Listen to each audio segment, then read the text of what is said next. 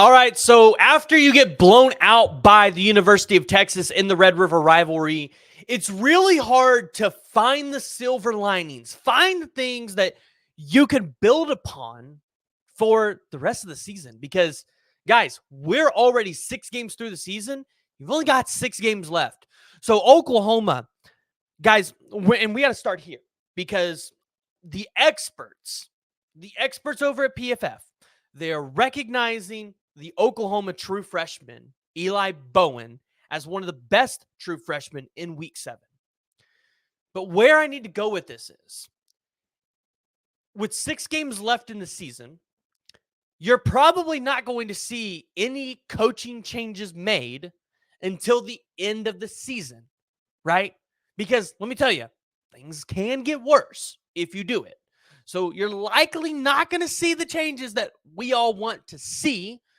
And so for the next 6 games, you need to find things that you can continue to build upon to potentially make things better. And that's where we got to start today, because I got one guy on offense and one guy on defense. So we're going to start with Eli Bowen, because Eli Bowen, according to the experts over at PFF, was the highest graded true freshman in week 7.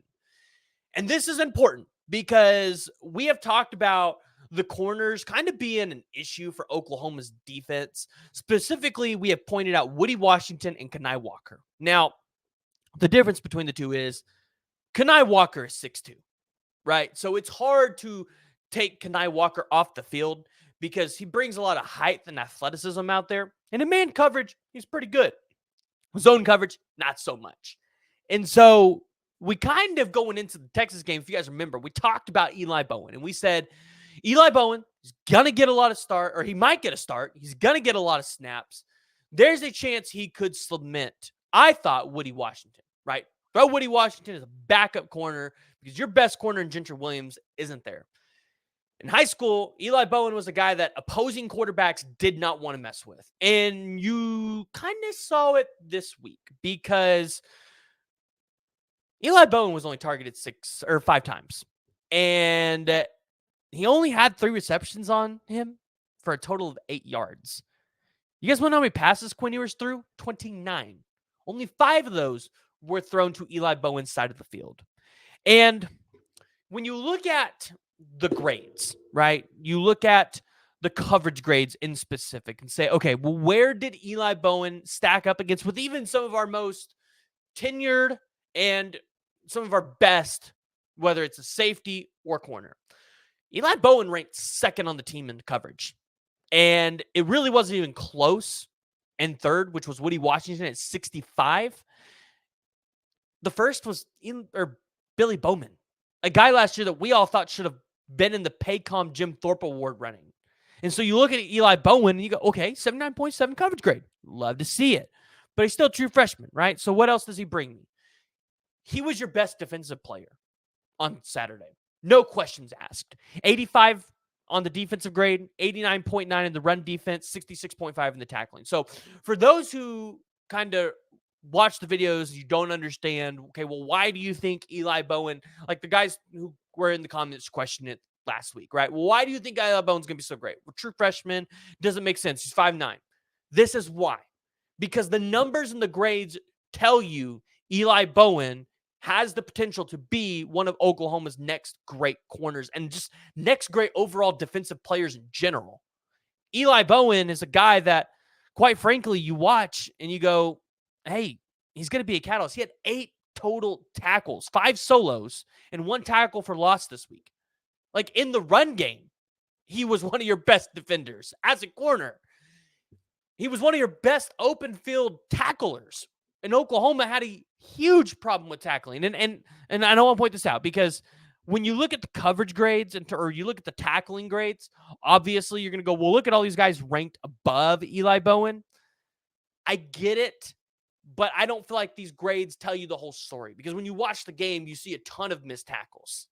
And Eli Bowen was, I felt like he was damn near perfect in the open field tackling game. And so I look at it and I see the recognition for Eli Bowen and I go, this has got to be a guy that he gets moved into the starting lineup somehow, whether that's replacing Woody Washington or replacing Kenai Walker. He has to be able to see the field more often, and I feel like Eli Bowen has to be a starter. This is something where, although the defense has played pretty well this season, didn't play super great on Saturday against Texas, but this is something that you can build upon. This is something you look at and go, it's youth. And it's a guy in the youth that plays very, very well for Oklahoma and somebody that I need to see hit the field immediately. Remember, even the best, Georgia and Alabama, play true freshmen at the safeties and at the corner spots. I think Georgia's got KJ Bolden as a starting safety this year, or Georgia does. So it's not like even the elite teams do this. So it's not crazy to say Eli Bowen needs to be seen as a starter for the rest of the season. Now, going to the offensive side of the ball, this is the part where I think it's hard to find any positives because the offense has just been so bad, right? It's been atrocious. And what we saw on Saturday was a fireable offense. And so I want you guys to bear with me here because the passing game has been the area where we've had the biggest concern because I think the passing game is inhibiting your running game a ton. Because if you're not able to take deep shots, teams are going to continue to stack the box on you, and it prevents you from running the ball. Well, with the 5 wide receivers out that have been out, Nick Anderson, Jalil Farouk, Jaden Gibson, Andrel Anthony, Deion Burks, I've really asked the question, why is Zion Kearney not playing more? Because if you guys remember, top 100 player coming out of high school, like this was a guy everybody wanted, 6'2", little over 200 pounds, track speed. He brings that height and athleticism that you're missing with a Nick Anderson or a Jaden Gibson, right? Maybe not as tall as those guys, but he brings some height there. And he brings that athleticism that you need. And I really asked, I get he's a true freshman. He might not understand the playbook a little bit, but sometimes letting those athletes go out there and just make plays for you, you need to put them out there. And I didn't understand why he wasn't out there. Well, got a little bit of run against Texas, and quite frankly, I don't understand why you can't play him more. 4 receptions, 45 yards, 11.3 average. His longest catch was a 15-yard pass.